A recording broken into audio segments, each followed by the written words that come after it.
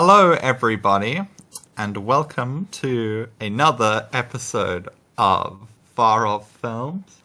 I almost forgot to do the intro there, but I guess it's my recommendation, because I forgot if we explained it or not, but me and Jules just swapped for specific reasons that we'll mention later, when Jules... Yeah. Yeah. But yes, I'm Luca, and I'm joined with the usual suspects, and yeah. Yeah, it's me, Timmy from Tim Jong-un Productions, as always, so... And it's me from Jules from the channel, The Walrus Man. Woo! Whatever I'm doing. Alrighty. Yeah, gang's all back together, yeah, so... Mm-hmm.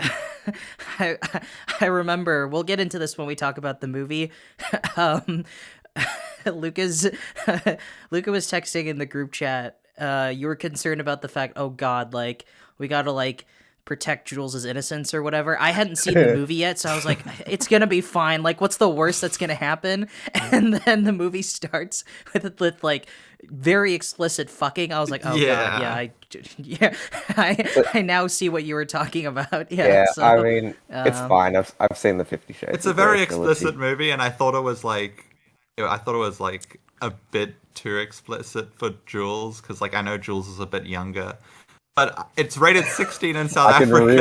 I can really watch anything. And I mean, yeah, if you have the DVD, if you were able to purchase the DVD for it yourself, then I think we're fine. So it should be fine. Yeah, I didn't buy the DVD. I was given the DVD. Well, if someone thought it was appropriate for you to be given the DVD, then it's fine if you watch the movie. So yeah. And to be honest, like, aren't little boys your age like desperately searching the internet for shit like this anyway? Like, yeah, I'm just saying. Yeah. So, just the throwback to high school years. So don't be acting like you still don't do that every day, Timmy. Oh no, I do, but it's like it's more socially acceptable for me because I've grown into that age. When you're like still in high school, it's like taboo or whatever. But like when you become like 22, like me, it's just like whatever. Just another day in the office. So, What in the office? Yeah. We go crazy. What is going on? For raves and stuff. Jesus. Yeah. So, Anyway. but that's not important. What is important is Movie whatever news. Jules thinks is important to talk about, this week. So what happened this week? So, well, the thing that I've got today is that Disney has announced that Toy Story 5, Frozen 3, and Zootopia 3, or Zootopia 2 are all happening. We're getting even more fucking Toy Story. Man, they really must need a paycheck right now. Exactly, yeah. The Marvel movies are paying off. Yeah. I mean... Yeah. See, I didn't see the second Frozen. So I'm not sure if that one deserves a sequel or not. I mean, it probably doesn't because, none of these Disney movies really warrant a sequel. But Toy Story 5, that's just like really pushing it. Like I enjoyed Toy Story 4, but but that one was pushing it, and Lightyear was definitely pushing it, and like this is just God, yeah. Wow, like really nothing is on the cutting room table now. It's just like you really need to come back to this, and like it's just I get that Disney like is also they laid off like 7,000 workers or something like that. Like it's just employees I don't know. On the same day they announced all this. Yeah, Wow. It's like that just screams desperation. That screams, look, we're fucked. We need like a banger. We need like something guaranteed. Fuck it. Toy Story 5, Frozen 3, Zootopia 2, whatever. It's like Oh yeah. I don't know. Yeah, it's I'm pretty whatever. sure they changed CEOs recently, so maybe this is just a byproduct of that. This is like You'd think Marvel would be consistently giving them that cash cow that they rely on, right? Like, I don't understand why they... I mean, I get that they need more money and they'll get it in the easiest way possible, but still, like, whatever. Maybe because their animation hasn't been doing so well recently. Like, yeah, because some of their stuff, Strange like, World really bombed, right? Yeah, and Yeah, Strange Lightyear World, I bombed, think. Yeah, and yeah. Turning Red was released like straight to Disney Plus, so that didn't do well either. Yeah, but that was their fucking fault. Like, they should have pushed for a theater experience for that one, because that one, like, out of all the 3 Disney movies that came out, like, that one was the only one where it's like, okay, this I could see getting a theatrical experience, and I'm not just saying that because that was the only Disney movie I liked. Like, because Soul should have gotten a theatrical experience too. I mean, I get that it was during quarantine, but still, like, that's just fucked up, You know what's wild? All of those movies were released in theaters here by me. Oh, really? Yeah. See, They were, like, I can't yeah, wait. because we didn't have Disney Plus at the time, so they just released all stuff that was supposed to be released on Disney Plus during like that time was released in theaters here. So you got to see Soul and Turning Red in theaters. You fucking lucky bastard, Jesus. Yeah. And the So they made all of their money on that film just in South Africa. Mm-hmm. Yeah, that's where they got most of the bang for their buck in South Africa and wherever else doesn't have Disney Plus. Yeah, so I mean it makes sense because when you think about the most successful animated films of last year, the first 3 I can think of are not Disney movies, like Puss in Boots: The Last Wish, the Guillermo del Toro Pinocchio movie. Like, I didn't see The Sea Beast, but apparently that one's great. Like, like. Disney is not I think Disney is like kind of in this position where it's like they're not really the Turning kings Red anymore. probably has a higher success rate than the Sea Beast. I don't know. That's fair. I don't know. Yeah, but but like still that when I think animation of last year, things that comes to my mind. Yeah, but I don't think they were the kings of last year, but in general, Disney is probably still pretty. Oh yeah, definitely. They make these weird moves though whenever they're not going so well. Yeah, just like. But it's nice to see that the competition is there now. Like, it's on the rise. Like, and with Sony I'll be fine. Oh, sorry. Go ahead. Yeah. I'd be fine with the Zootopia sequel. Oh, more furry stuff. I would love to see. I'd love to see. I just don't care about any of these things. So. Yeah. I genuinely really like Zootopia. Oh, really? Not in a furry way. I just like that. Well, of course you'd like it. It's like the last. It teaches racism in a way that kids would be able to understand. Oh yeah. Didn't know what racism was until that day. Yeah. And I was like, man, it really is okay to be a tiger. It really is okay to be a predator or fucking whatever they said. It's I guess you could say it was slightly more subtle than Bright, the Will Smith movie where all the Ort are like black people or whatever, like whatever stupid racist method. Oh gosh. Yeah. So, yeah, Zootopia 2. Yeah. Sorry, what? Oh, David Ayer? I don't know. Ayer. Does he still make films? Didn't he make one with Shia LaBeouf, the tax collector or whatever it was called? Something like that? Oh, was that him? I think I vaguely remember that film. I don't know. I don't care about David Ayer. He's working on a new one. Yeah.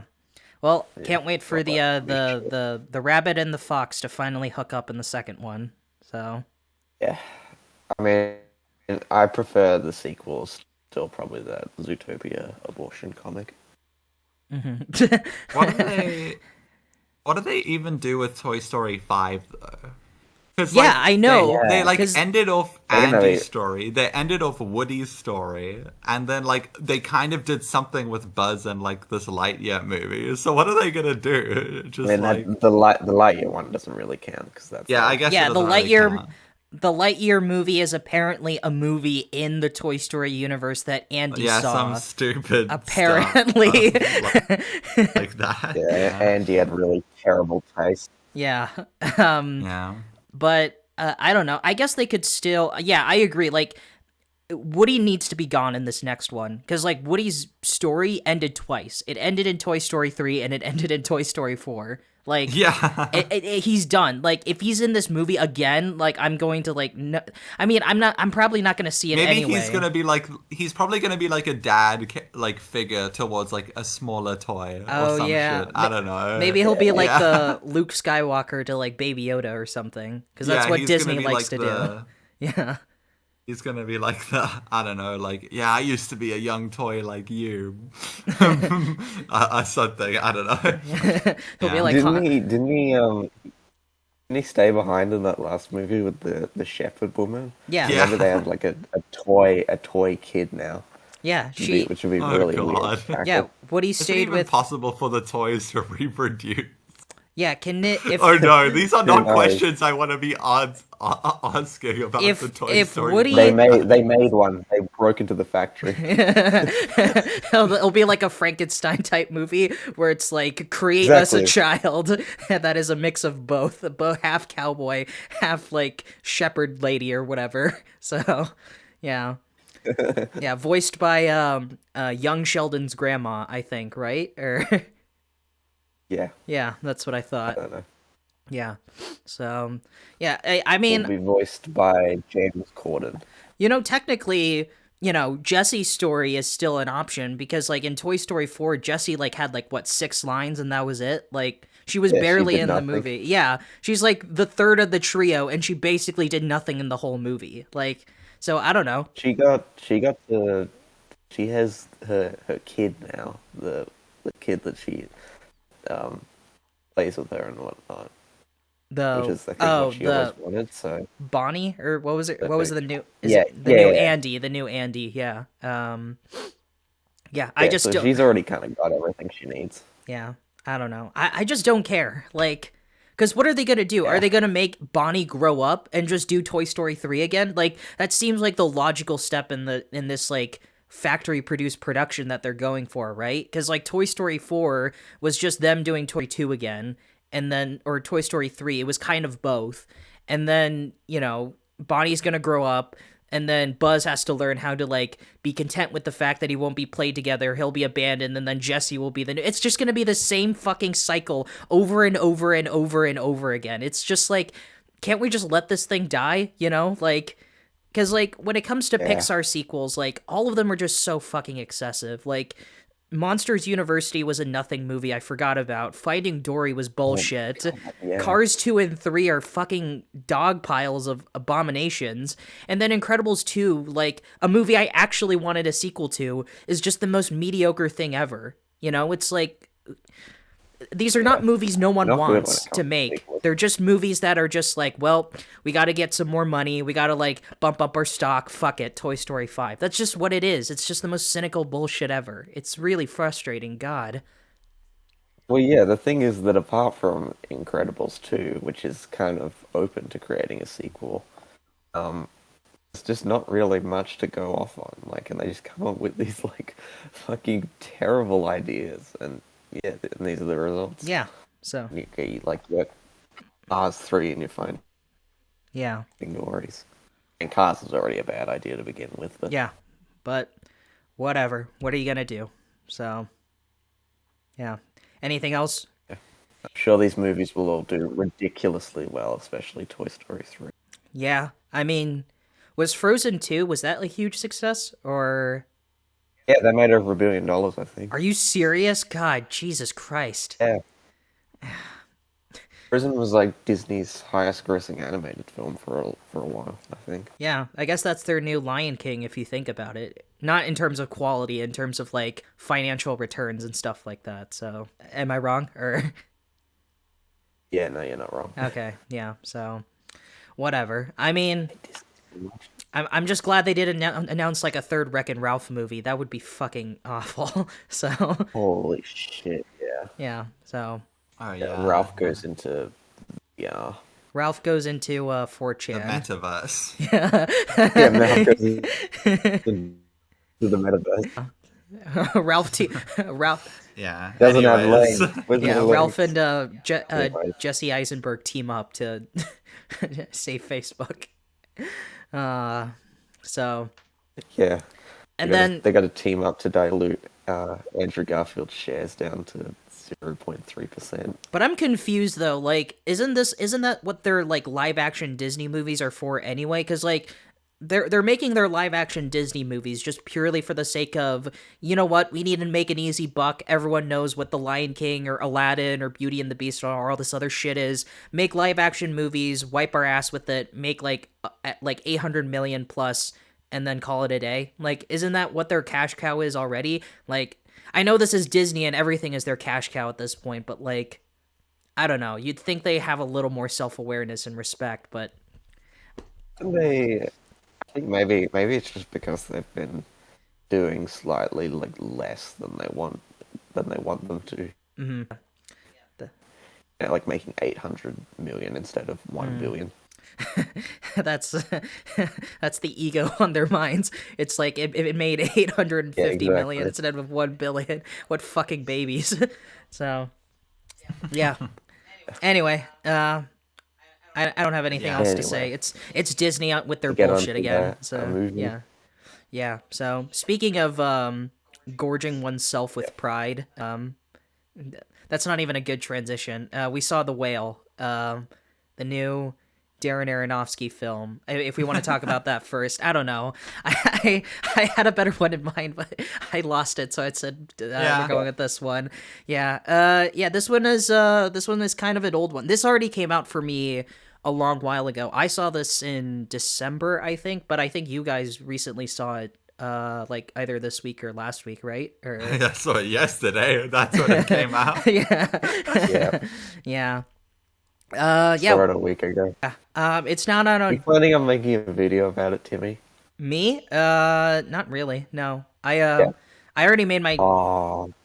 Why do you want me to? Or No, because remember when you didn't credit us in your decision to leave video on how we got you to see that movie? Oh. And you said you'd credit us in the whale video? Okay, yeah, I forgot about that. Oh. Wow, Jules really just wants that promo. Yeah, I do. You really want me to credit? I want self promo on the Tim Jong-un channel, and I'm tired of pretending it's not. It doesn't even make grammatically sense. You want the credit that you deserve. Yeah. I'm surprised you still remember. I completely forgot about that. Like, the only times I remember that are the times you guys keep reminding me about that. Yeah. So oh shit, then I guess I should have done that. Jules. I guess I should have done that in my top my best of 2022 video, because I already talked about The Whale in that one. Whoops. Sorry about that. So Great. yeah, so anyway, The Whale. The lawyer off asphalt. Oh, okay. All right. This is what's happening. Anyway. Yeah. The new Whale. Yeah, The Whale, Darren Aronofsky. So the film's not out on digital yet, so I wasn't able to rewatch the film in preparation for for this conversation, but I remember the movie well enough to like still talk about it. It was in my top 5, I think, of my favorite films of last year. Yeah, I really loved it. I thought it was really incredible. What did you guys think?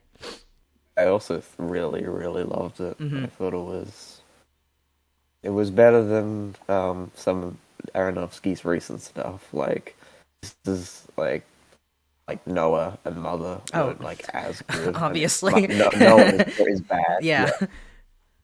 This is more like a return to form for him, I think. Mm-hmm. Yeah. This felt more similar to something like The Wrestler than like any of those movies that you mentioned. Yeah. A lot of comparisons to The Wrestler. Mm-hmm. And I liked this more than The Wrestler, if I'm being honest. So, I mean, The Wrestler is a great film too, but I liked this a lot more. So, yeah. Luca? Yeah, I like this film. Just don't think it really resonated with me as much as like it resonated with you guys. I just think there was quite a lot that held it back for me. Mm-hmm. But overall, I still did like it. Like, it's not like a film that I hate. There's just a bunch of stuff that I didn't super connect with and vibe with, and mainly in like its character department and stuff like that. But it was still a well-made film, and yeah. I guess like since we've all said our thoughts, I guess I'll just get straight into it. I just think that like I don't know, the characters felt equally like over dramatic, but also quite stereotypical at the same time. And I think Hong Chow was honestly the best part of this film. Like she was awesome. I just really loved her. Yeah. connected with her, and she just felt like the most genuine and real character. Whilst everyone else just felt a bit too I don't want to even say in your face, but just way too stereotypical and over dramatic. Like especially Sadie Sink, like her character got quite annoying at parts to me. Oh, really? Honestly. I loved her. Like I can understand why I can understand why you would like think she comes across as annoying, and I felt that way at first. I was like, "Oh my god, like this is annoying." But I think the more we learn about her character, because she doesn't really say a lot about herself, like it's like the way we learn more about her information, it's like Brendan Fraser like has to like pry this information out of her character. It's like, and like her little interactions with like the little Christian boy who was in Iron Man 3, like I slowly started appreciating her character, where it's like this is a character who is clearly hurt by Brendan Fraser's actions. Like she was clearly like where she's at right now, and is a very dark, deep place, because she didn't have a father to support her growing up, and her mother is like is just a terrible person based on like the one interaction and what we've heard about her. And like she doesn't grow up in this like environment that allows her to like be herself, that doesn't allow her to like to grow and mature. And so when she has these like annoying antics, it's like, if you want me to stay, then you better do my homework, you better like pay me to like do my homework, blah blah blah, all this other stuff. Like, that is her way of venting, that is her way of like expressing her frustration against Brendan Fraser. And that makes sense, because like, you know, like this is a guy who left her and his wife to be with, you know, this college student, and you know, he's using this opportunity to reconcile with his daughter. It's why he doesn't snap. It's why he doesn't say like, oh, like you better show me some respect. He knows he deserves to be treated this way. It's why he's like essentially killing himself to begin with, you know, like when he's like gorging himself and essentially eating himself to death. Like he has this like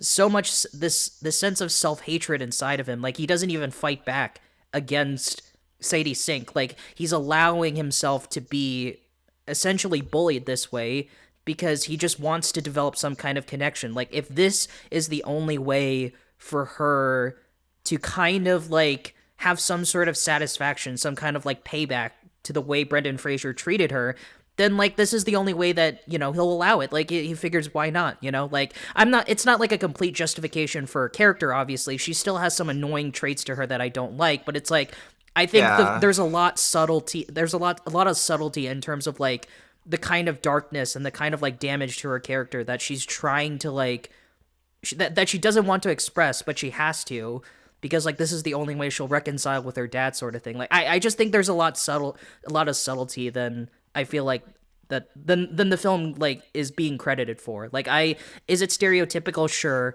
But like the way it presents its message and the way it presents conflict, I thought was just really, really awesome. So, yeah. Yeah, I just think those annoyances. Thought she was. No, you go first. Yes, yeah. I just thought those annoyances just like overrid like the connection I was able to feel with that character, because they do kind of do like these things with her where by the end, like, there's kind of like this gray line whether she's like, and like Brendan Fraser sees it as like she tries to do like these thoughtful things and stuff, even though she still comes along as abrasive. And I just wish there was more growth and development on that, because like it kind of felt like it was rushed in for me, and like it's like and I don't even see it as like her intentions were to be thoughtful at all. Like I disagree. Yeah, she gave like no indications at all, like being a thoughtful person whatsoever. Like Like, yeah, and then they just try to like flip that on its side, like suddenly at the end. I thought it was a bit weird. Like, I thought she was intentionally and trying to get the Christian boy from Iron Man 3 like home. Like I thought they made that kind of obvious. I thought, at least to me, I thought that was obvious. Yeah. So I think thought that was it like, looked like she was trying to screw him over. Okay. Because even before she definitely like you see her taking pictures and doing all this dumb stuff with her phone and like posting it on Facebook and stuff, and like I think it was clear like abrasiveness coming from her the whole film, and it didn't really give her a chance to grow and more depth to be explored beyond this just like hurt and mean teenager, you know. Until that very end, like reading the essay bit, which I was like kind of on and off on what I was into within this film. There's some great moments, there's some goofy moments, and I think that ending was a combination of kind of goofy, but it like actually like really hooked me in again. I kind of loved like that. I thought the ending was heartbreaking. Like I was genuinely tearing up. Yeah, it really is. Yeah. Mm-hmm. It is like really one of the best parts of the film, and it has a lot to say and has some great reincorporation of stuff that's addressed earlier. Yeah, but yeah, like with Sadie Sink and like even Brendan Fraser and that Christian dude, especially the Christian dude to an extent, they just felt very like stereotypical and eccentric to just the specific characters that they were. Oh, I disagree with Brendan Fraser. Has a lot more. I don't think Brendan Fraser was awesome. Yeah. He was exceptional. Like so good. He deserves the Oscar. Like his performance is legitimately incredible. Like you don't have this movie without his performance. Like is he? Though. Oh, I mean, yeah, sure, but like and Colin Farrell, I think. I know. I love those performances too. But like, this is a movie that like is entirely dependent on Brendan Fraser's like performance. Like if you don't have his performance, you basically don't have the movie.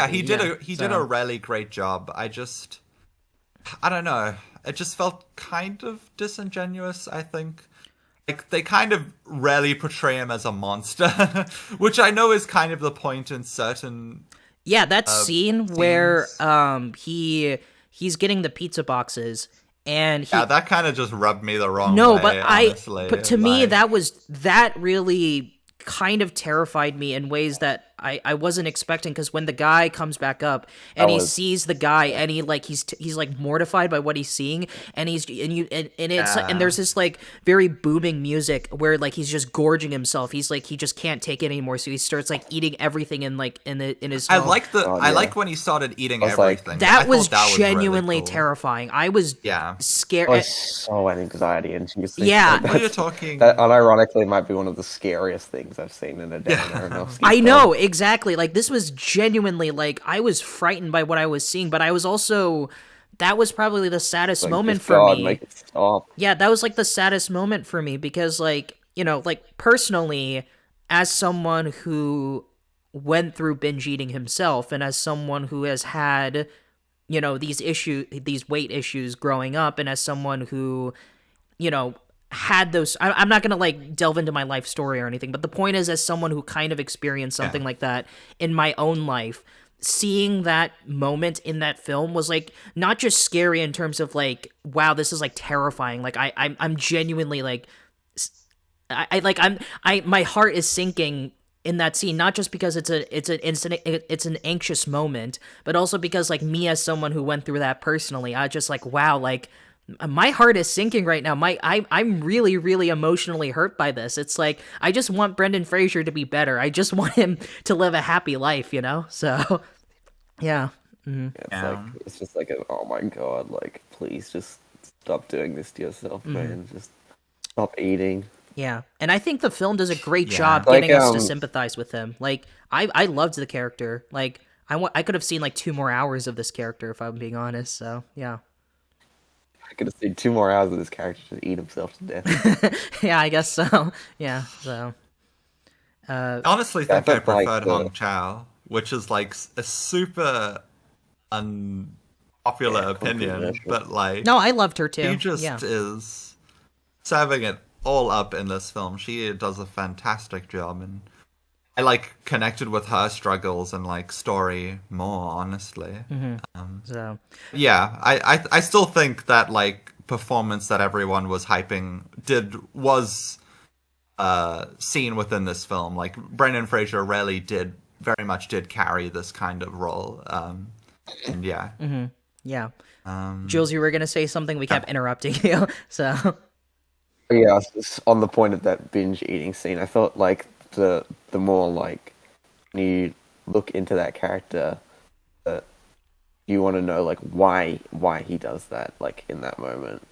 Just in that scene, I think it's after the daughter leaves for the first time and he's just doing stuff on his laptop. And he like pulls out the candy bar, he unwraps it, looks at it, and then like decides not to, and then like a few minutes later he's just overcome with temptation and then just eats it again. It was like, I think that's like such an encapsulation of the character that like that gives like so much to him, I think.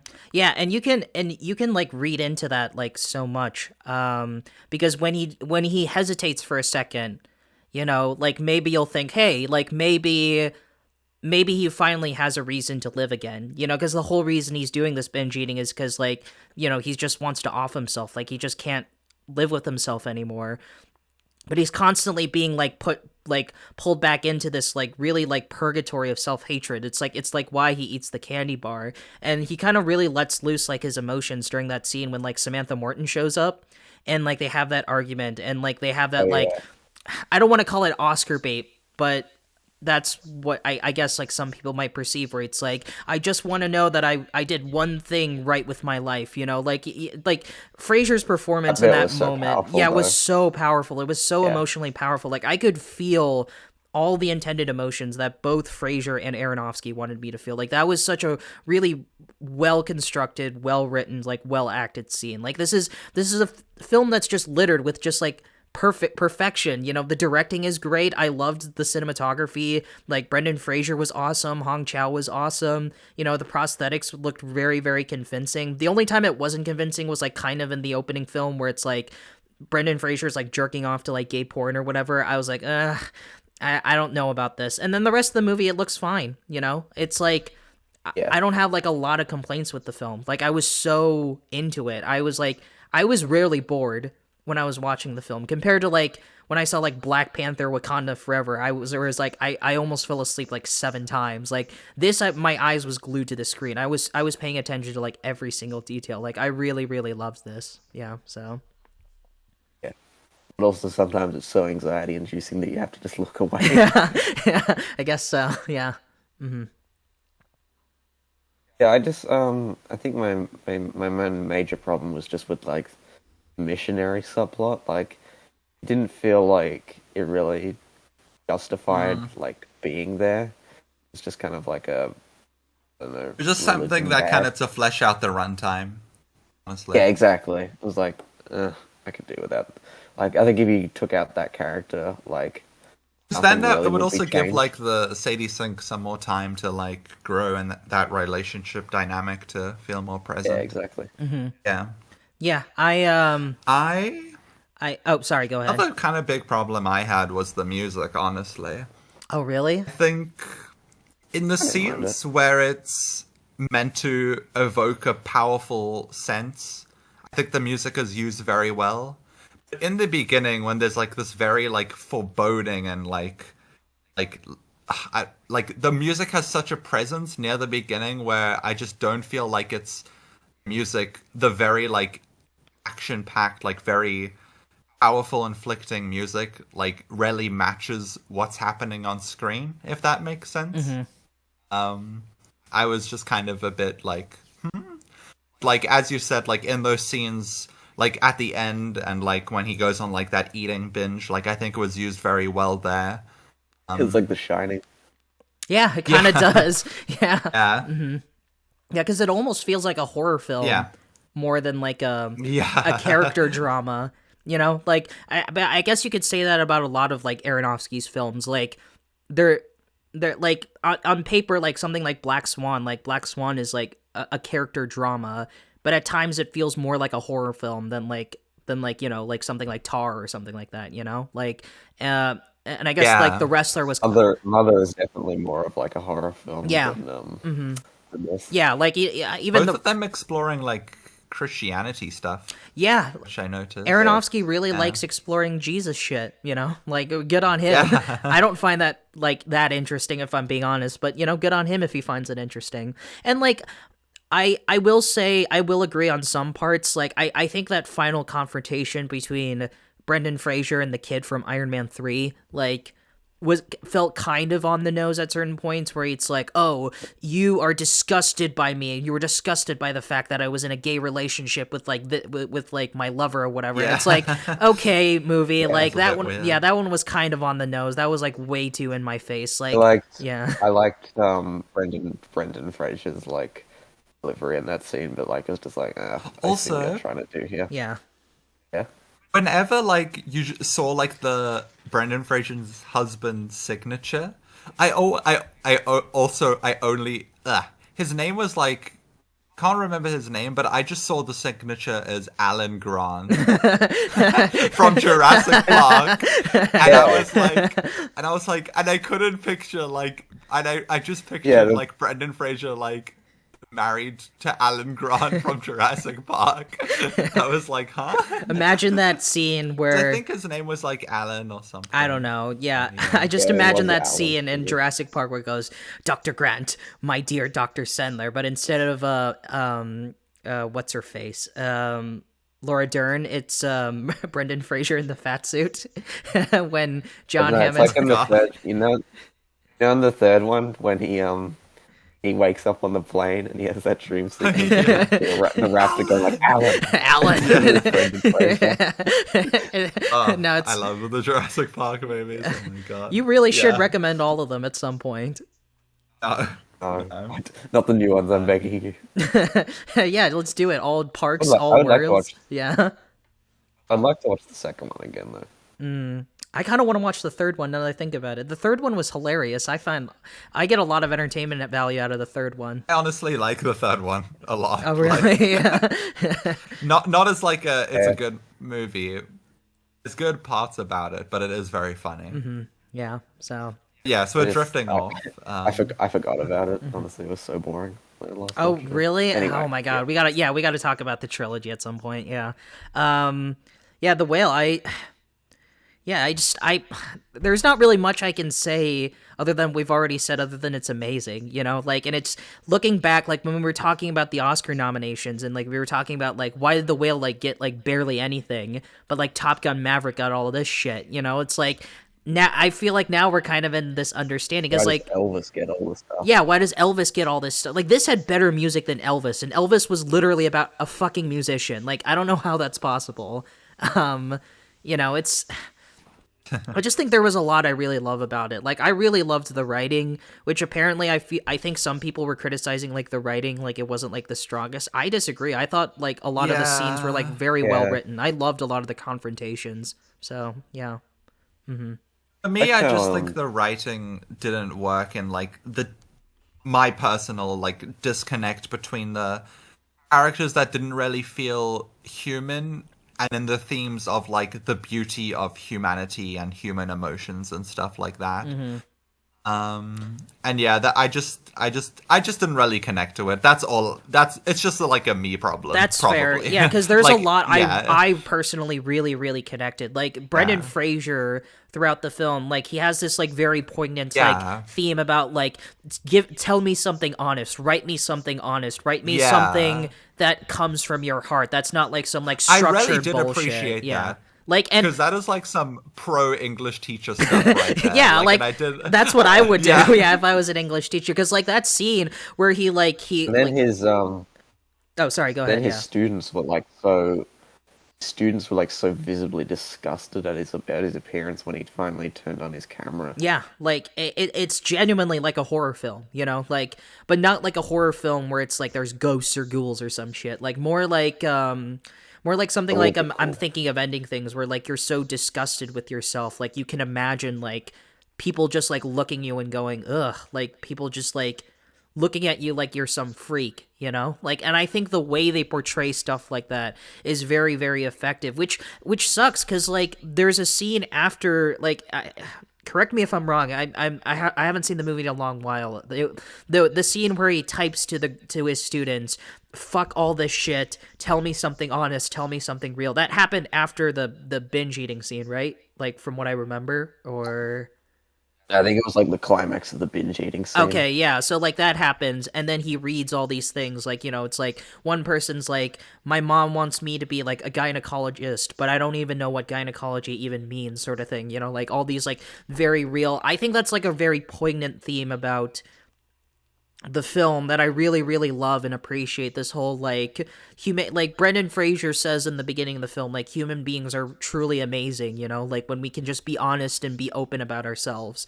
And, you know, like, and I think that the thing that he's teaching to his students is just as much what he's teaching to his daughter, because like he's more than happy to do the writing assignment for his daughter, but in exchange he wants her to write something honest, something very true to herself. So like when she like it's why like he constantly reads like the book the book report that she wrote about Moby Dick, about how like Moby Dick's like pretentious, full of shit, whatever. Like he values that because even though he likes the book, like the criticism that she wrote about the book is like more real and more honest than like any like corporate bullshit standardized educational like assignment that he would ever get. Like I connect with that a lot. I really, really thought that was powerful, but you know, that's just me. So Yeah.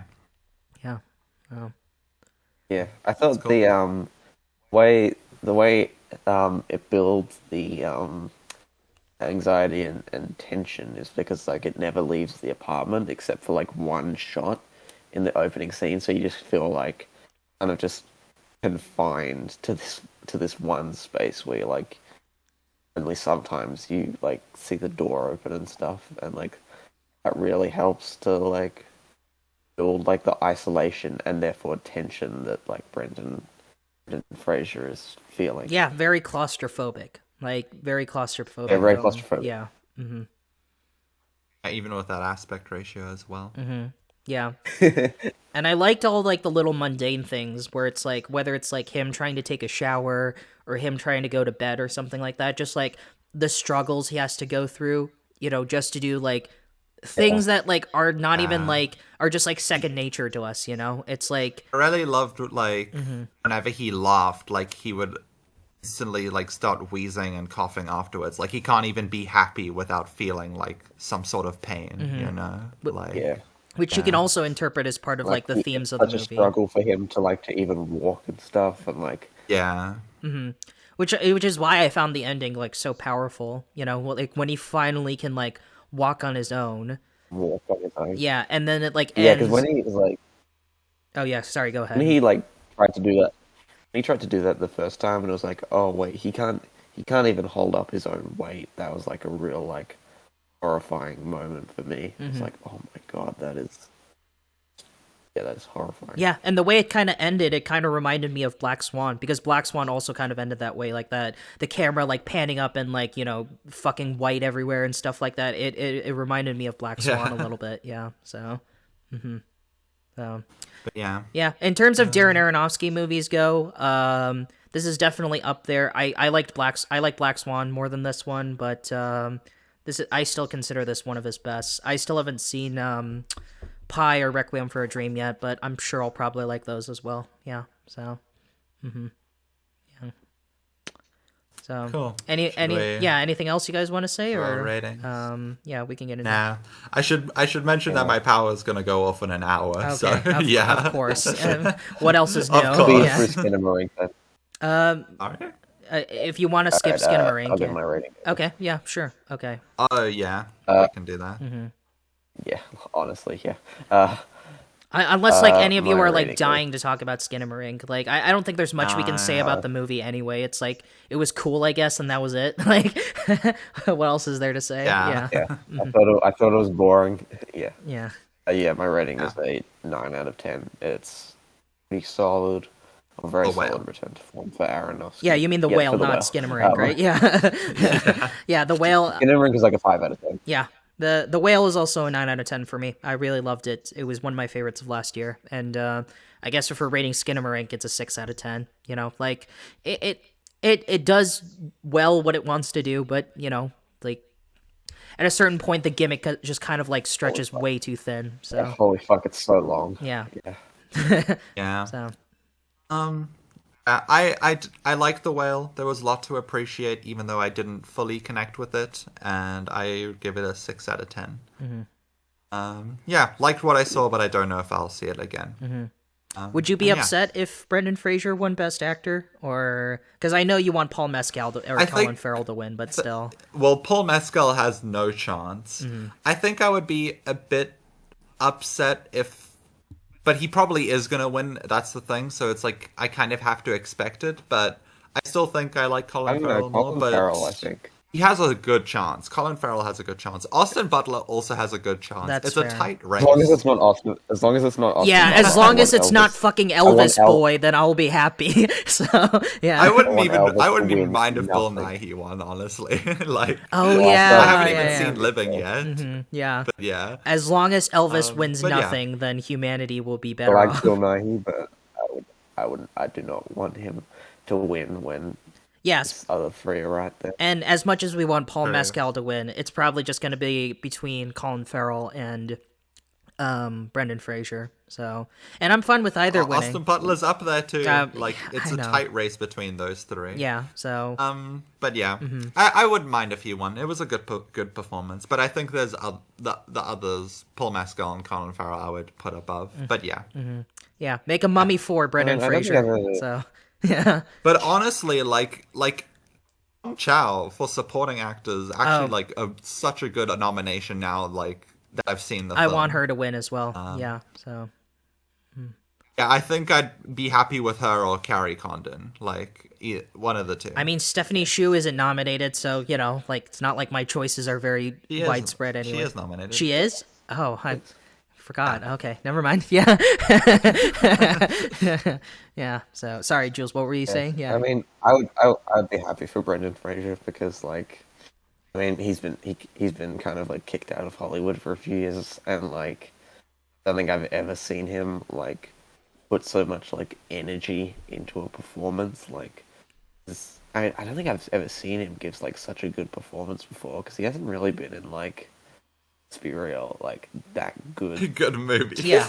He's a charming guy. You know, like the Mummy movies and George of the Jungle and all this shit are like fun movies, but like they're not really like you don't remember Brendan Fraser's performance in like any of those movies. Like this is a movie where I actively remember Brendan Fraser. So yeah.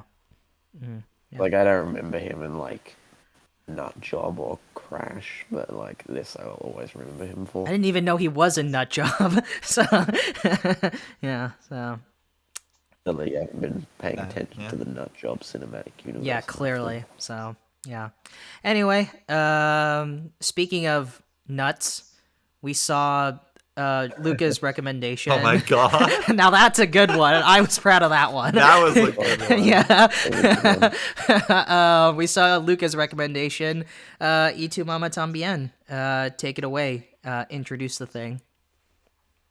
Yeah, so I recommended Tu Mamá También, which is a Mexican film from Alfonso Cuarón. I know that. Why'd I you said say his it name in like in French? Yeah, Alfonso Cuarón. I don't know. That's probably not how you say it, but yeah, great Mexican director. This is one of his early works, and yeah, this is just about two very horny teenage boys, or I think they're teenagers. Yeah, or I they're think like so, yeah. very low. They're like they just graduated high school, pretty much,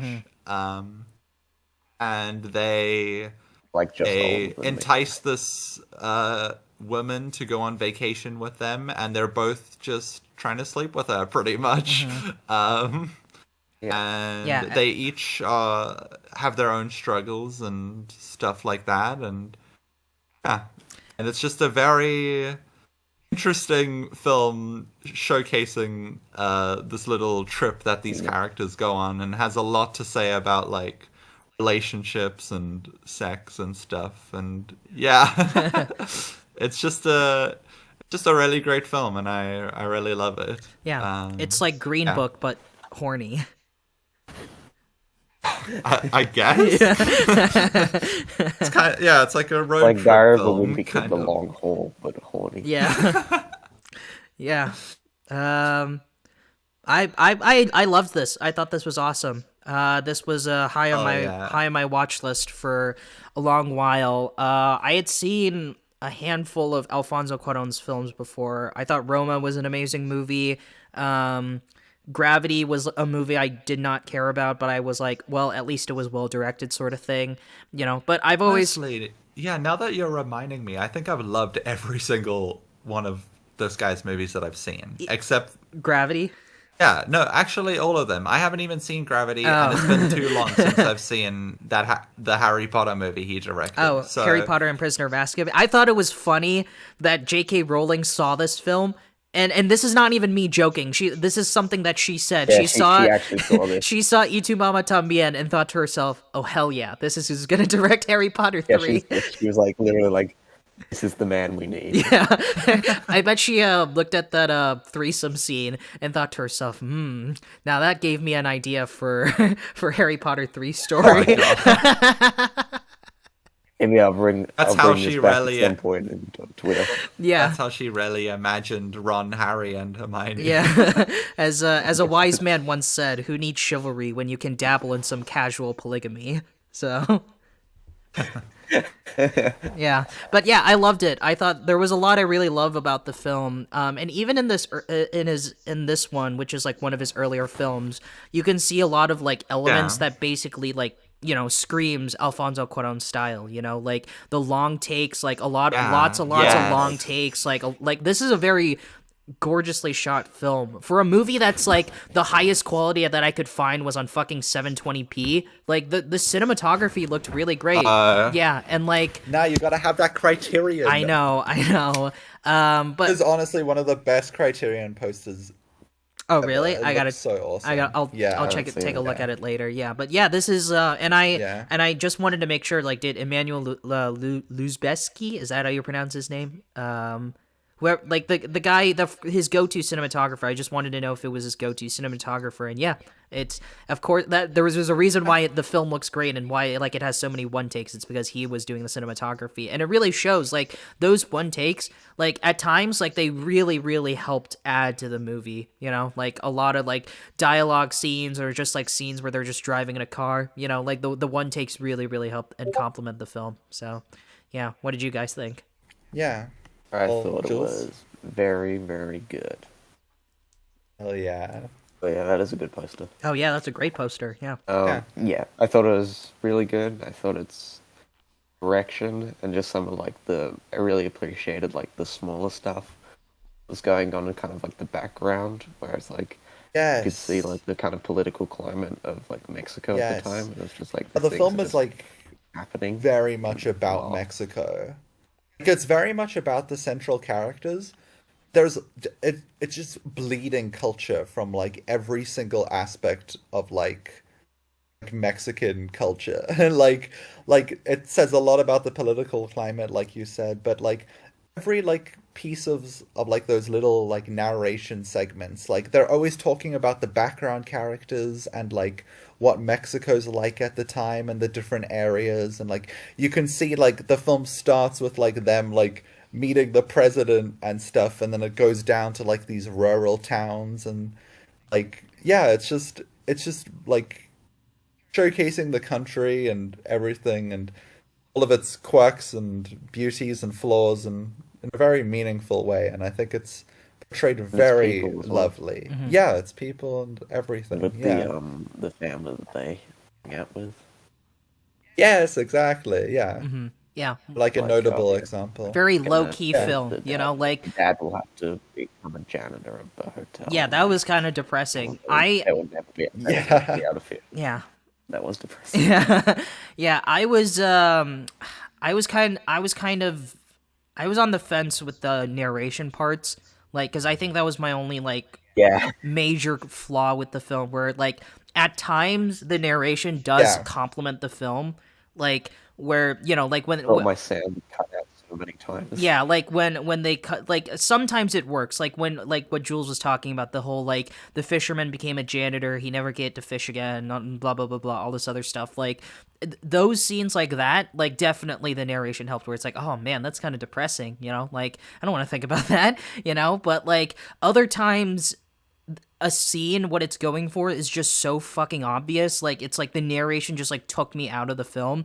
Like the biggest example was like that scene like when they were in the swimming pool, and one of the characters, I think it was Diego Luna's, no, it was Gael Garcia Bernal's character, who was like, oh, I fucked your girlfriend, by the way, like it happened. And then right after he says that, the narration goes, yeah, he just realized that he just got cheated on, and he felt really bad. Like, I was like, what? I just saw this movie. Like, I'm not stupid. I just saw it. Like, why are you telling me this? And then they said it again during that scene where the Diego Luna's character says, oh, I cheated on her, and then they have this narration. It's like, stop it. He cheated on her. Yeah, like I get it. I think it was that was more obvious. Providing background of what happened. I get it, but it's like things like that was just like so unnecessary context. It's like, you don't need to tell me all this information. Like, I get it. It's like, it's better if you just just like you tell me all this stuff like through through just the acting, through just the performances. Like, yes, like the narration like helps at times, but other times it was just so distracting. I wasn't a big fan of the narration, so yeah. I don't mind the narration. I think it works really well. The only problem I have is how it cuts the audio and then the narration starts. I just wish there was a better flow between when the narration starts and because there is like one scene where it works really well, where they're like talking to like the guy's cousin, and it like shifts to narration, and then like the narration stops by Gael Garcia Bernal like talking again. Mm-hmm. But I just wish there was like a better flow, like in that one scene, to where the narration was. But I think it worked really well. It like the narration is just providing background context on like many things about the film, and I just really liked it. It was pretty much telling a greater story to what the story we were like only seeing on the screen was, and I really liked and appreciated that. Mm-hmm. Yeah. I thought then the final scene, the narration was kind of like annoying. Like after that, like, oh yeah, she died. I agree. And then the narrator's like, oh yeah, did this and this, and then it continues. It's like then Tanok stood up. His girlfriend was waiting for him at the cinema. They said that they will see each other again, but then they never saw each other again. And then they say, so can I see you again? And he's like, sure. It's like, what? Like, come on, man, really? So... I don't know why he couldn't have just said, like, I have to go. My girlfriend is waiting for me at the cinema. Mm-hmm. Yeah. Why does the narrator have to say that? I mean, some of the narration, like I said... say that, though. Well, yeah, what Jules is saying is that they said it in the narration, but then they also said it, like, in real life, and like that was just kind of distracting. But what I was trying to say is, I don't think they said it in the narration at the end. I think he just said, my girlfriend's waiting for me, and that's it. Oh really? I know, genuinely, like I thought for sure they said it in there. Okay, all right. I think he says, my girlfriend's waiting for me, and then he leaves, and then it cuts to narration saying like, or do you have it here? Like, okay. Yeah, I have it there. Well, we'll figure it out. Okay. Yeah. Yeah. Well, whatever. Yeah. But there were some moments, like I said, where I did like the narration, like that scene, like after they have the threesome and then they're just like going home. Then the narration where it's like, like they didn't speak of their adventure after that day happened, and then they kind of like essentially just split apart. They met different girlfriends. Their old girlfriends broke up with them. I really liked that. Like sometimes things like that. Like some might call narration like that lazy, but like I think when narration is used well, it really hits home. And I think that was like a moment where it's like, wow, like, and it's not like a cop out either, because you can see like after they wake up from the threesome, they're like disgusted by each other, you know, like Diego Luna literally like runs out and like throws up after when they like wake up in bed together. Yeah. And then like when the narration happens where they're like saying like, yeah, they split apart, they never saw each other again, they're not really friends anymore, that sort of stuff, like that was like really well communicated and really well done. I really liked that. They kind of made a point to like never not talk to each other after that happened. Yeah. They just didn't want to speak. Well, cool. Yeah, Anyway, what I was saying was, where were we? yeah, I was saying, I was just trying to talk about the performances because all the performances were fucking top notch. You know, like obviously, absolutely phenomenal. Obviously, Gael Garcia Bernal and like Diego Luna are like great actors, obviously, but like their performances in this like felt so real and so natural, and I think it helps that like they're friends apparently in real life. Like apparently I looked up the film on Wikipedia,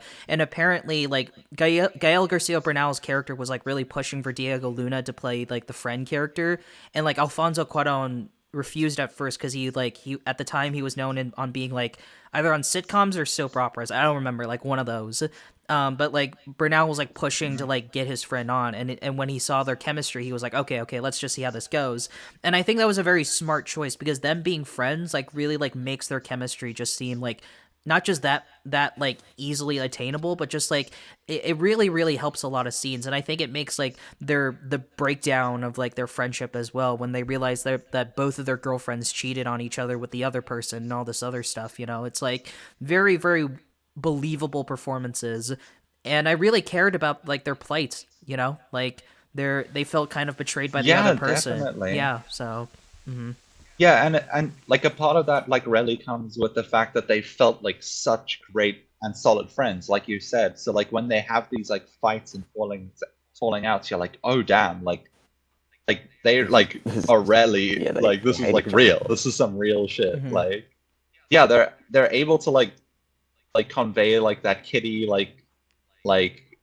young boy or your younger teen boy, like college kid, like aesthetics so well. Like they feel like so authentic to like how those characters would probably act in real life. Yeah, they're believably immature.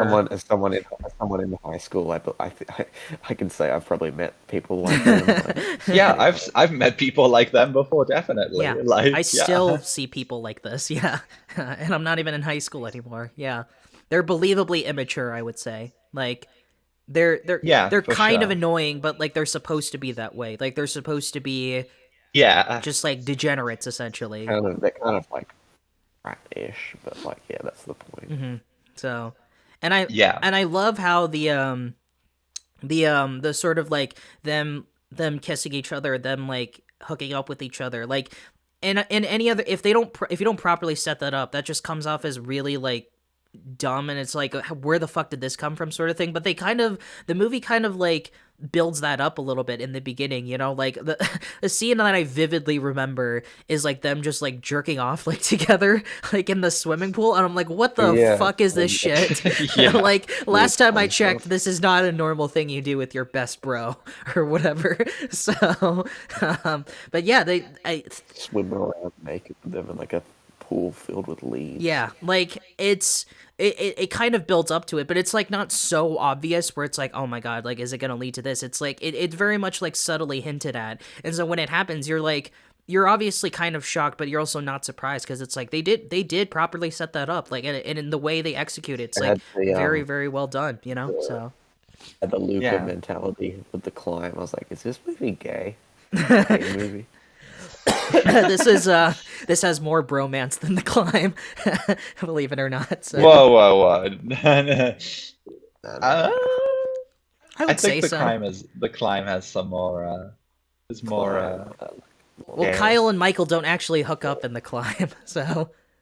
I know, but they get married, so. Oh well, yeah, that's what matters most. Yeah, yeah. So. Yeah, but yeah, like. They're both like kind of movies where like it's implied, but you don't have to read it that way. Like, but this one is more like it like delves into like their sexualities in a very explicit way. Mm-hmm.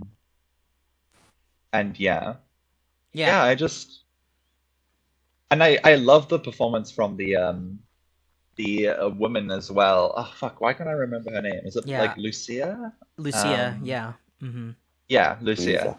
Yeah, like her character is just so interesting within this film, and like her motivations, like equally, like you kind of get why she's doing this, but also it's like she herself like realizes her mistakes, like while like going along with it, and like instantly as the viewer, you kind of like have like a weird feeling of like this kind of vibe, and yeah, but like she has such a great character, and like I really love like the scenes where it explores her relationship with like her like husband that's like this breaking the like their breakup that's happening between them, and how this kind of like spirals her to make the decisions of like hooking up with the boys in the film. Mm-hmm.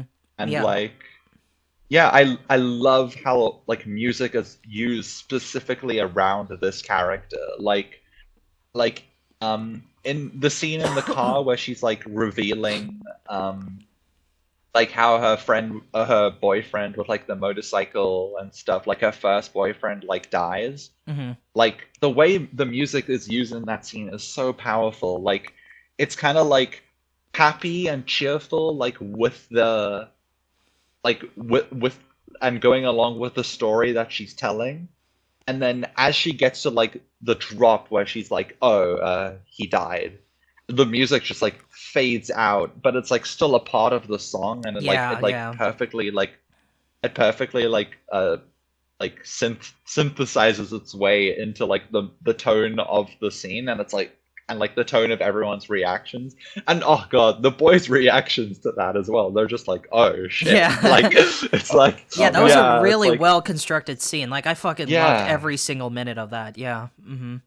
And then like the one take of her like dancing to like the at the beach bar, like holy fuck, that is easily my favorite like scene and shot of the film. Like it's so fantastic. Yeah, a like, lot of great and one how she's like takes, pretty yeah. much staring into the camera. She's like, Yeah. yeah, oh my god, it's like Kubrick so stare. awesome. Yeah, the It's like- Kubrick stare. Yeah, and you can interpret that Yeah. as kind of like her being like essentially being free of like this guilt, I guess if you want to call it that, because like she's still like very upset Yeah. and very like hurt by the fact that her husband was cheating on her. I mean, like she says that like she knew he's been cheating on her before, but like he was hoping that she would change in some way. But you know, she just accepted the fact that like this is just who he is, and she doesn't hate him. You know, she says to him, "I don't hate you," but like this is the point in our lives where we just need to separate. And I love how it kind of gives her this sense of like sexual freedom as well, because like even in the beginning you can tell like she's very cooped up, you know, because when she takes that test, Free-spirited. yeah, like she takes that test, it's like, how satisfied are you in your marriage or whatever, and like the result was Yeah. you're very independent, you have a lot of things bottled up, or whatever the test said.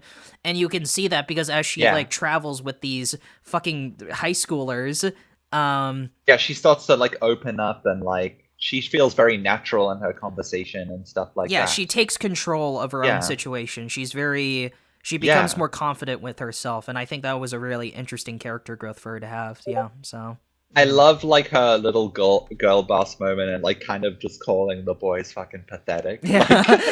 Like it was very Like, yeah, very you're funny. You're no different. Because it's like, you're yeah, just- you guys are just like horny young boys. Like it's exactly what there are is pathetic. Yeah. Like yeah. Stupid boys will be boys. Yeah, so yeah. Yeah. Yeah, Yeah. yeah, there was I that scene, you talked about the music in that scene with the motorcycle. I just think that both scenes with music and scenes without music are like Cuarón knows when to not use music as well. You know, like that scene where when they're at the beach, the Heaven's Mouth or whatever, and they're playing soccer, or they're like out in the sea and like they're driving the boat or whatever. You know, it's like it's a very ambient, very calming presence, and you can see them rebuilding their relationship because like during that argument where they're like, you mean nothing to me anymore. I don't care about your friendship anymore. that's a heartbreaking scene, because like they were friends, they had a lot of chemistry, and then to just throw that all away, it's, I mean, not throw it all away, that's like rightfully deserved and stuff, but still, like, to see it all like crumble is like kind of depressing. But then like when you see them kind of rebuilding their bond when they're playing soccer, and they're kind of bonding over the fact that their girlfriends cheated on them, like some like weird bonding activity or whatever. Yeah. Like it's, I think that's the point where they just stop caring. Yeah, They're exactly. just like, yeah, they stop caring. whatever. They And that just kind of like ties into like how they like end up hooking up with each other as well. It's like they've just like lost it. They're just gonna have this night, like no care, no strings attached. Like, 'cause that's, and then like once like they realize what they've done, Gael Garcia Bernal doesn't really seem to care a lot, but like what's his name again? Diego Luna. Diego Luna, like you said earlier, like he's really disgusted by it, and it kind of like breaks their friendship again in a weird way, because they like don't see each other after that interaction. Like, and I feel like you can interpret a lot about their characters from that too, because I remember it's an interesting way to contrast how they both ask for forgiveness, because like when Gael Garcia Bernal's character admits to Diego Luna that he cheated on her, he's like begging for forgiveness. He's like, please forgive me, like I'm sorry. And Diego Luna weirdly asks for like specific details and stuff. But when the reverse happens, where Diego Luna's the one who admits that Gael Garcia Bernal's girlfriend fucked him, he like fucking loses it, obviously, justifiably. But he does not give a shit. He's just like, I don't like, Gael Garcia Bernal has to demand him to beg. Yeah, exactly. Like he has to demand him to beg for forgiveness, and he does such a half-assed job at that. Like, and you can you can take away so much of their characters based on those two scenes without having to say a lot, And the same goes for that that threesome scene, as well. So, yeah, sorry, Jules, what were you trying to say? I interrupted you. Yeah. I was just going to say that when Gael Garcia Bernal does it, or confesses to it, it's more like I feel like I should have to tell you this. It's because we're like such good friends almost. Then when Diego Luna does it, he's like, you know what? I did it too. Fuck you. Yeah. It's like a fuck you moment. Yeah, it's like such a fucking petty thing to do. It kind of it kind of makes you question like if like the way Gael Garcia Bernal like expresses it, like it kind of feels genuine, like something had actually happened, but like there's kind of a weird like gray area where like you can kind of interpret it as none of them actually did it at all. I think it probably is the case that they both did it, because they seem pretty open and like detailed about it. Like it could also tie into like this competition that they're having, like trying to one up each other, sleep with Lucia and stuff. I mean, And one of them definitely. I don't think that one who said like I had sex with your mom was telling the truth. Like I think he was probably definitely.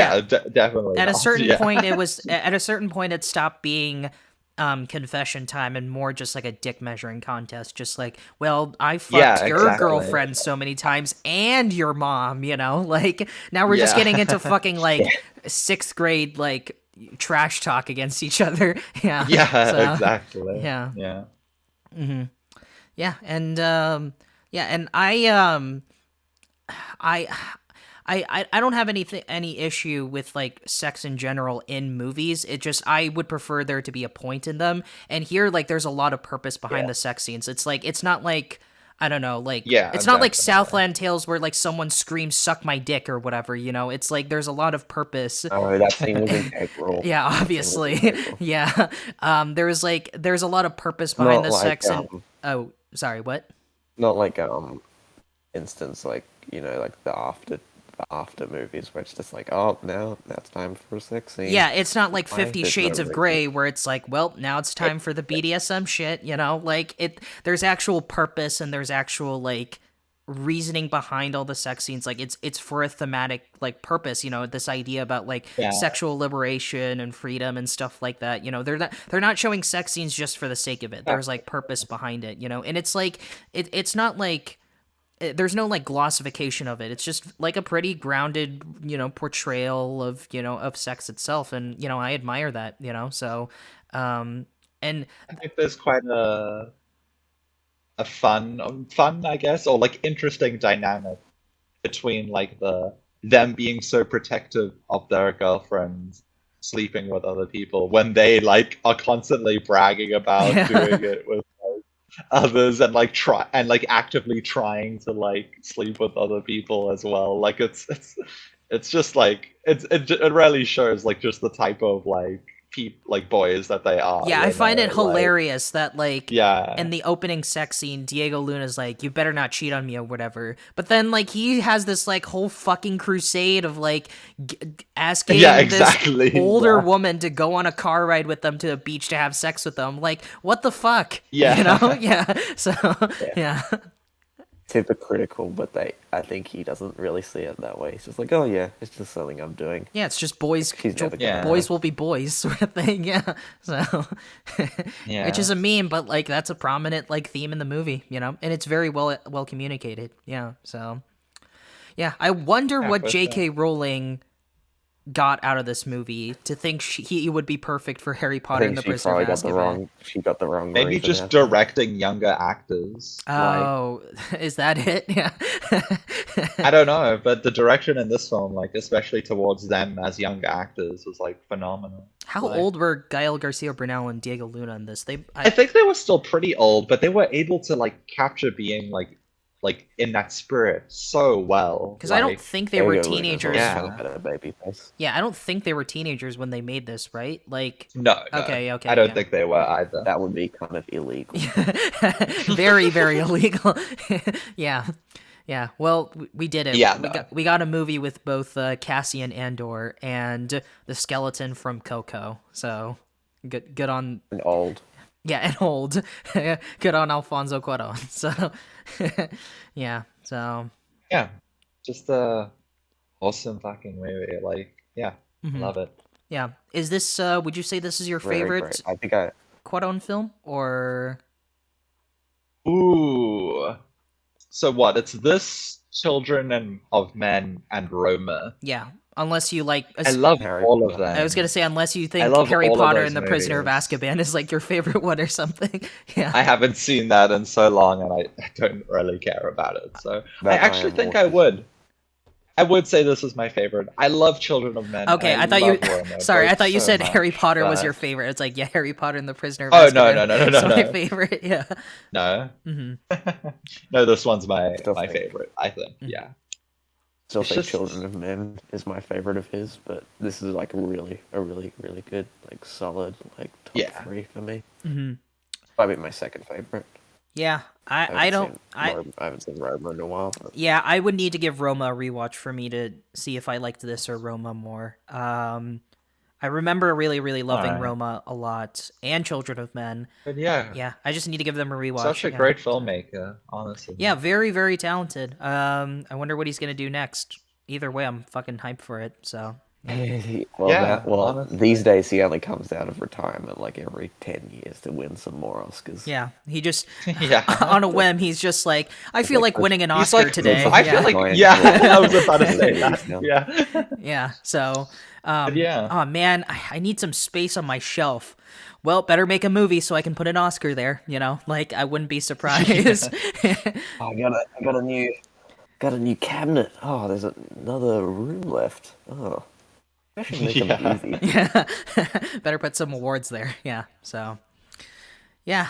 I pretty much said everything I wanted to say, unless either of you have anything more you want to say about the film. It's a great film. I love it. So. Yeah.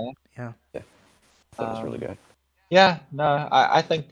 I mean, my power is gonna be going off soon. Yeah. So yeah, we can end it here. But yeah, it's just like a very good coming of age film. Like. Has a lot to say about the actual like coming of age and like that specific like it's just very authentic to like that kind of vibe, like those kind of boyish boys will be boys kind of vibe. Like, yeah, That's and where I we love it a grow lot. up. 9 out of 10. Just a really great film. Everyone's acting their asses off and doing a great job. I love the camera work. I don't think I was there when to fully talk about the technical aspects, but every shot is beautiful, and like the scenery like that is explored within this film, and the beaches and everything, it all looks absolutely Yeah, lovely. the And cinematography of this film is yeah, amazing. Yeah, I love the camera work a lot as it well. is Yeah. truly amazing. Yeah.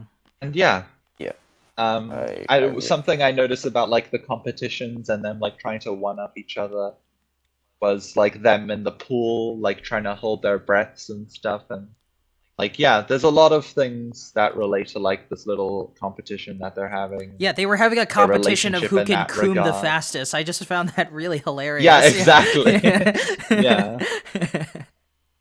Yeah. that was the But yeah. best shot for me. Was the cum shot in the water. Oh my God, Yeah. stop. Is this what those fucking Um, youngins, those young kids do with their best bros, or Yeah. is this just specifically for them? I think it's just specifically for. Well, I don't know actually. This is what goes on in Mexico. Yeah. But yeah, If you're 9 out on of the top. 10. Love this movie. Fantastic. Yeah, I'd give it an 8. It was really great. Very good Cuarón film. I'm glad I finally got around to seeing it. And yeah, basically everything except like some of the narration and stuff I really liked. And yeah, 8 out of 10. Yeah, and I'm also Cool. giving this one an 8 out of 10.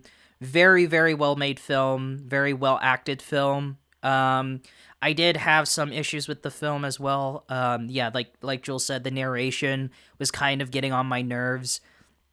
But that's like a very minor issue when compared to like the rest of the movie, because it does a lot very, very well. Like there's very little I can complain about the film. I was constantly engaged with what I was watching, and it's never boring. Like the film never dragged for me at any point. Maybe like in the beginning it kind of did, but like it kept its pace, and like it didn't really waste my time. It just got straight into the meat of things, and I really, really enjoyed it. Yeah, so 8 out of 10. Maybe in a rewatch it'll go up, but I think an 8 is pretty solid. So yeah.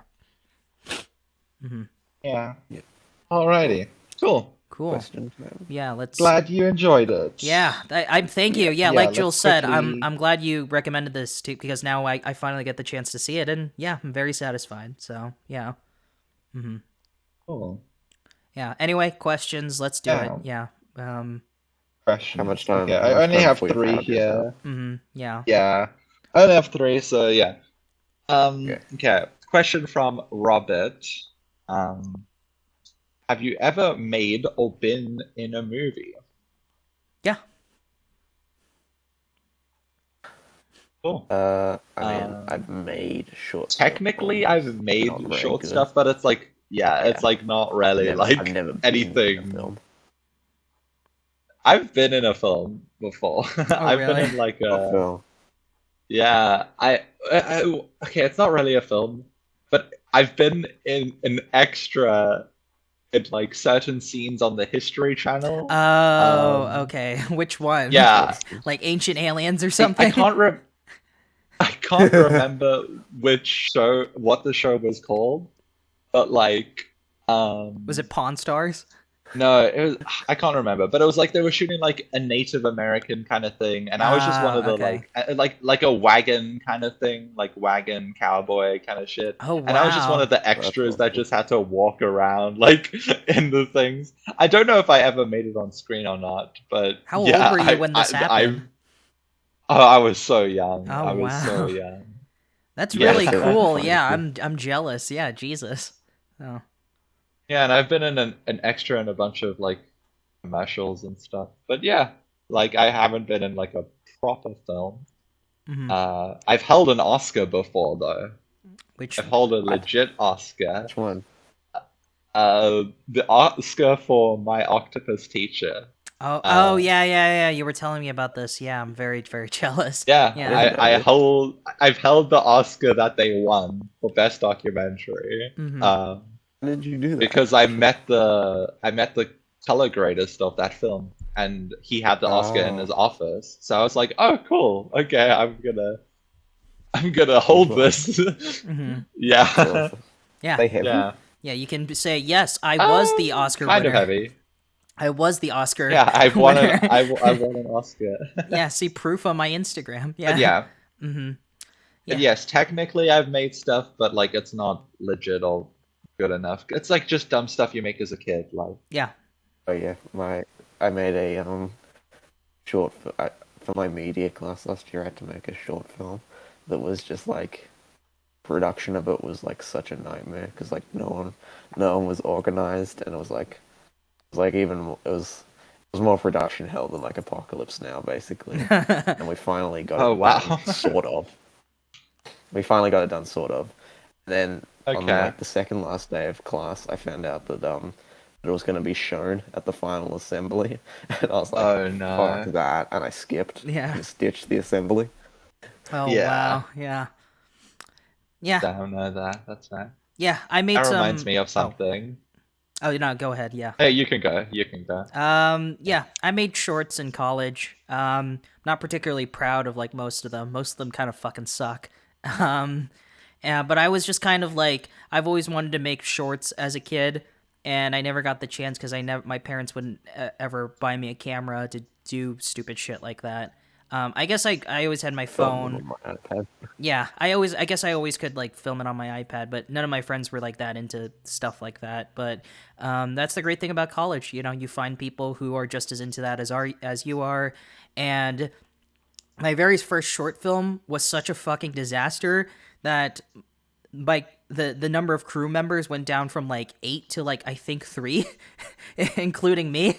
Oh, wow. So I had to. I mean, I was directing my first short, which I didn't even plan on doing. It was just something that so there's a film production group at the school that I went to, and that someone submitted a script, but they didn't want to direct it, so they were like looking at they were asking a bunch of people, and I was like, fuck it, why not? I guess I'll do it. And yeah, it was such a disaster, and it fell apart.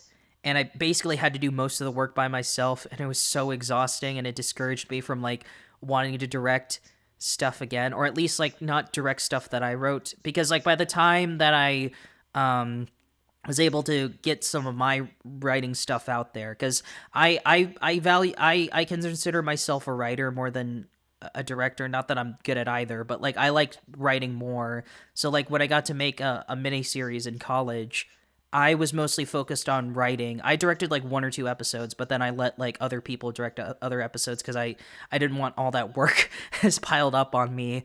But yeah, it's a lot of fun, you know, like you're not making like Citizen Kane or anything like that, but like it's a good experience because like, you know, if either of us eventually become big or something, I don't know, like it's a good stepping stone to like bigger and better things, you know, so.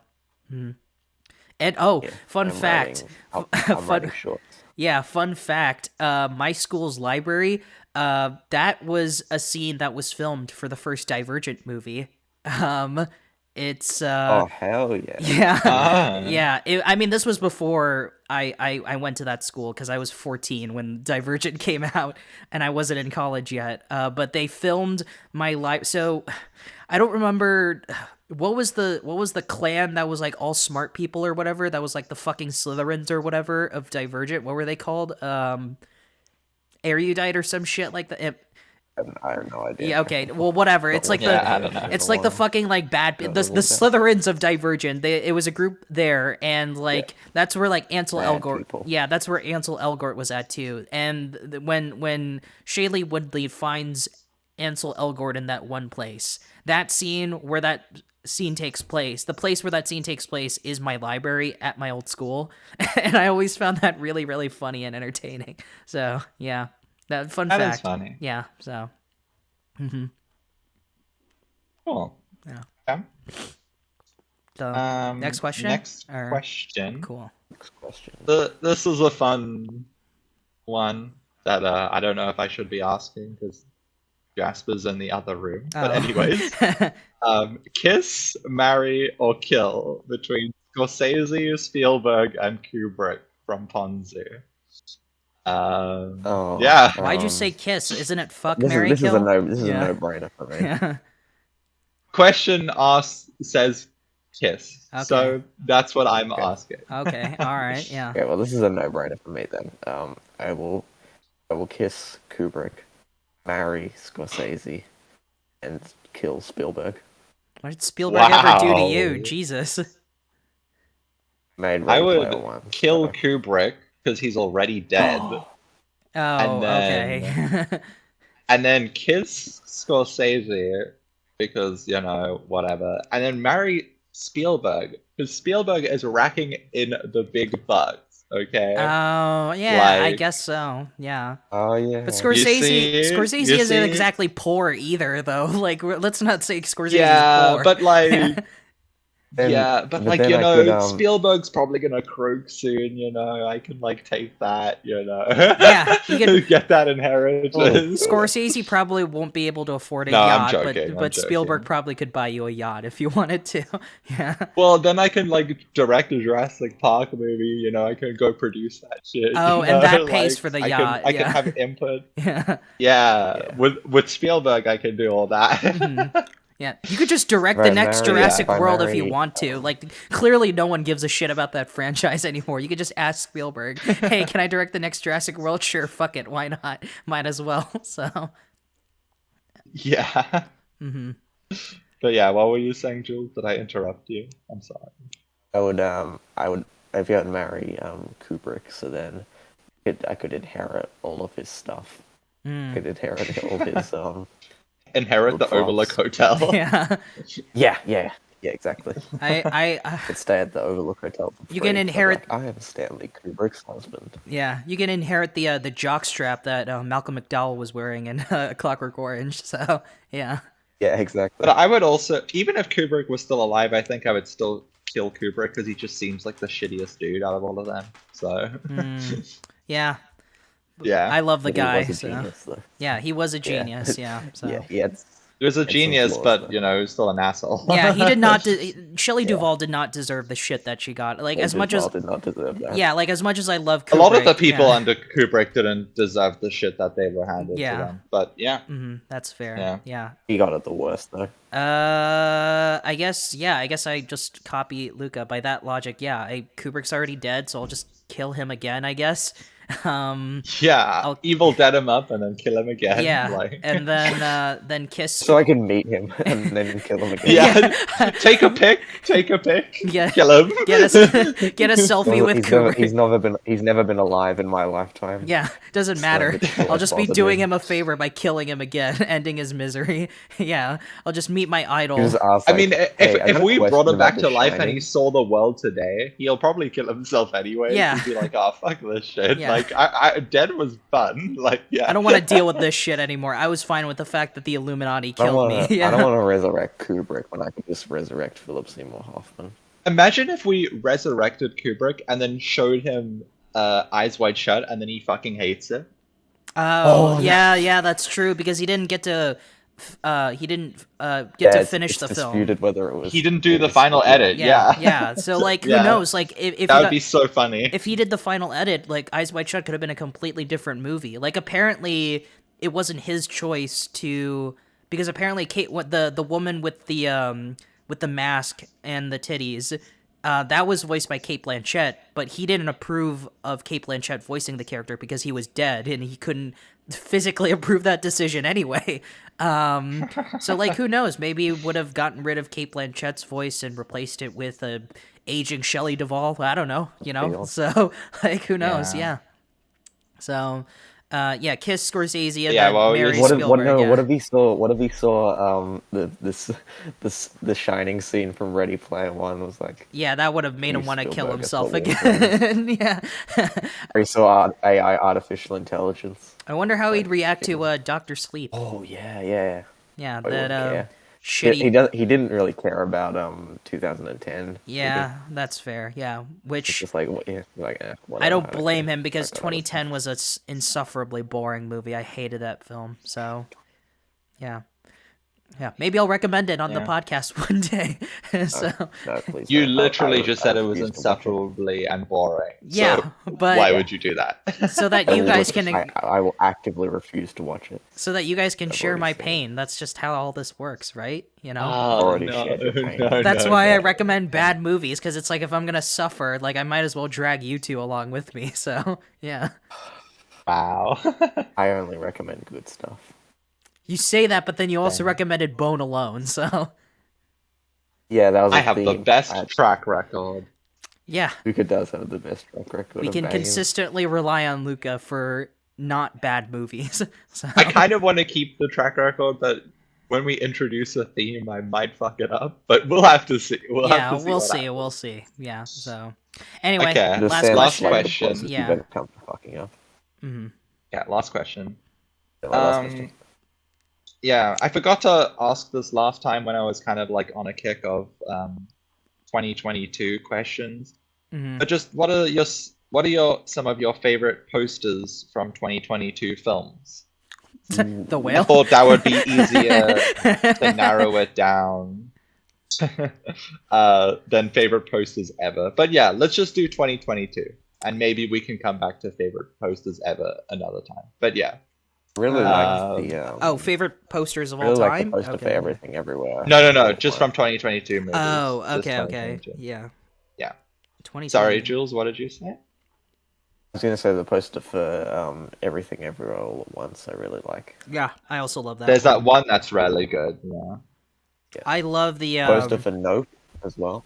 yeah, the Nope poster was great. Nope yeah. has some strange ones, but like the one with One like of the horse the getting horse? sucked Yeah, up. I that love one's that one awesome. was what I was talking about, That the one's horse really one. great. I don't like the ones where all the characters are looking up. That's dumb. Yeah. Nah. Yeah, no. I love the I think my favorite is probably the Tar poster, honestly. Oh, yeah. yeah, I yeah. love the Tar poster. Mhm. Yeah. Yeah. I love the Decision to Leave But poster. yeah. I thought that one Yeah. was also great. Yeah. Yeah, that's a This really is great one. Leaves also. Yeah. Mhm. Triangle of RRR. Sadness, After another Sun, really good one. I do not like the Triangle of Sadness posters. I'm not gonna lie. They just feel kind of. I guess they kind of like. It's like a Marvel convey movie the vibes poster. of the movie. Yeah, but it does feel like Marvel movie-esque, doesn't it? Yeah. Mhm. But they're not floating though. I guess so, but still, like. I kind of like the RRR. Any poster we don't like is like a Marvel movie. Yeah, poster. basically. Yeah. I kind of liked the RRR poster, if I'm being honest. Just like the two bros like on a motorcycle or whatever. I kind of like that one. So, yeah. Yeah. No. hmm I really like the Hellraiser poster. The Hellraiser poster is awesome. So. Yeah, that one is a cool one. I don't know if anyone heard, but I said After Sun poster. Yeah, that's a great that's one. great poster. Yeah. Yeah. I always laugh at the Jackass Forever poster. Just like a cannon and the guy coming It's out. a good poster. It's Yeah. a good It's a good poster. poster. Mhm. Yeah. The poster for Men is pretty good. Morbius. Yeah. So Morbius. Oh yeah. yeah. The giant one of that I one. have the poster for Men, honestly. It's really great. The one of her in the tunnel? Oh, perfect. Like No, I've got the theatrical one. alright. I'm trying to think if there's a movie that I didn't like, but I like the poster for. Blonde. No, I hate the yeah, blonde no. poster. No. Poster for Don't Worry Darling was kind of like visually kind of striking a little bit. Yeah, it was the most Kind of visually interesting thing about the movie. It has Oh. nothing to do with the movie. Yeah. So. There's a poster called Sick of there's a film called Sick of Myself, which is such a fun, awesome movie. Mm-hmm. The poster, like, it kind of looks funky, but when you watch the movie, it makes so much sense. It makes so much sense, and it like is really fun. Mm-hmm. Yeah, I like that poster a lot. I don't know. So. Honestly, 13 Lives has a pretty decent poster. It's just not a fun movie. Mhm. I thought oh. You know what? Oh yeah. What? The Bones and All poster, the one that's just like the distorted like looking guts and like stuff. Like that poster is Oh, yeah. absolutely amazing. I Not know. like the normal one that's I on don't think I've seen that Letterboxd. one. Mm-hmm. Yeah, no, there's one that's like very abstract, and it's like very colorful. I really love that poster. That might actually be my favorite one. Mm-hmm. Like that and the tar poster. Like, Oh, yeah. yeah, I know this one. Yeah, that one's... Yeah. yeah, awesome stuff. There. Yeah. This is just me because I know you guys haven't seen this movie. The Dragon Ball Super superhero movie. I thought that had an excellent poster. I fucking love the poster for that one. Real anime.